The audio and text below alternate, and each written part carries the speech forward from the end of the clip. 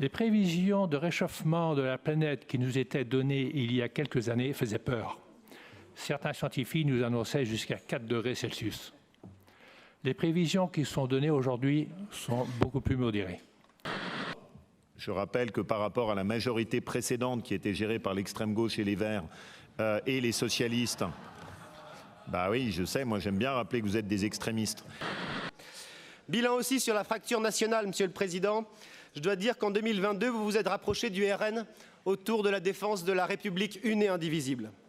À l'heure où plusieurs villes ou universités surfent sur des concepts racialistes, wokistes, à l'heure où des maires se roulent par terre pour autoriser leur burkini dans les piscines municipales, le RN salue donc vos choix courageux à l'encontre de ces divers ennemis de la République, tant sur le plan politique que sur le plan budgétaire.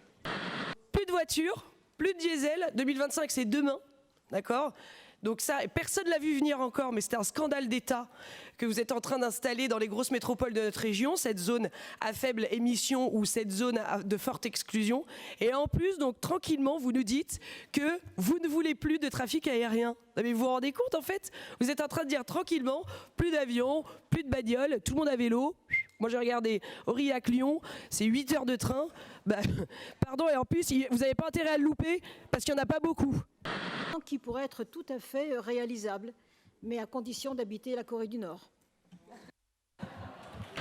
Donc d'abord l'amendement numéro 35 porté par le PSG, excusez-moi. Pardon, je suis désolée Monsieur Lacroix, oui, c'est moi je suis pas trop pour le PSG, mais bon. Voilà, le PRG. Alors attention mes amis, attention à ne pas gâcher notre région, attention à ne pas la défigurer avec vos éoliennes, vos rames de train LGBT. Merci, couleur Madame Surplis. Dommage parce que la fin m'intéressait, et beaucoup, notamment contre les éoliennes, vous le savez. Bon, c'était presque du Lamartine, presque. En montagne, de l'eau, il n'y en a qu'une. Et cette eau naturelle, elle vient des torrents, elle vient des glaciers, elle vient des rivières, elle vient des lacs, elle vient d'en haut au départ, hein, évidemment. Et qu'elle est en général, elle est assez potable. Elle est toujours assez propre, cette eau naturelle. Ce que j'en pense, moi, c'est exactement ce qu'a dit M. Chabert. Hein. Quand il y a une question stupide et un amendement stupide qui est déposé sur un sujet qui n'a rien à voir avec celui qu'on aborde, bah, vous vous exposez à des réponses qui vous renvoient dans vos buts. Voilà, c'est exactement ce que j'en pense, M. Beau. Désolé de vous décevoir, mais je suis totalement aligné avec Gilles Chabert. Attention à ne pas donc défigurer notre région avec vos éoliennes. Je disais vos rames de train, non, vos rames de tram LGBT couleur douteuse, vos pseudo-plans gratuits, car... En effet, il y a différentes façons de concevoir la ruralité, l'aménagement du territoire et la préservation de la biodiversité. Soit on les voit du côté des bobos des villes, soit on discute avec les acteurs du monde rural ancrés sur le territoire, comme les chasseurs.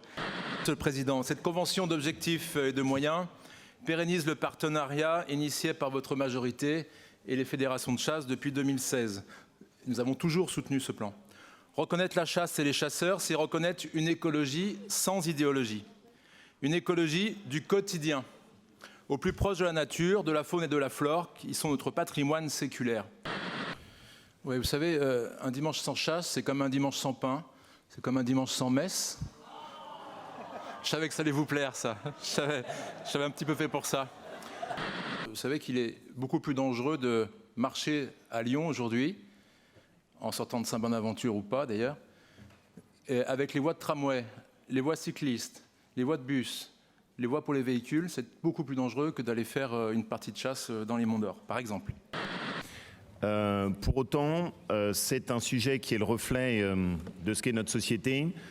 Société de consommation avec des animaux-objets qu'on prend, qu'on abandonne, souvent maltraités, et qui ne sont pas pour nous des sujets à côté desquels on peut rester silencieux ou sans réagir. Je ne pense pas que vous toléreriez ça pour des êtres humains si vous étiez cannibale, pardon. Donc, ouais, mais en fait, on est un petit peu obligé de vous choquer pour pouvoir vous faire agir. Vous voyez, vous placez parfois l'animal au-dessus de l'homme, à un niveau qui est supérieur, et bizarrement, en fait, quand ça vous arrange, ce n'est plus le cas. Ok, moi je sais ce que c'est que l'agriculture, hein. Donc j'attends de voir. Je vais... Oui. Bon, honnêtement, entre vous et les vrais agriculteurs qui, eux, sont dans notre équipe, j'ai largement fait mon choix, hein. Allez.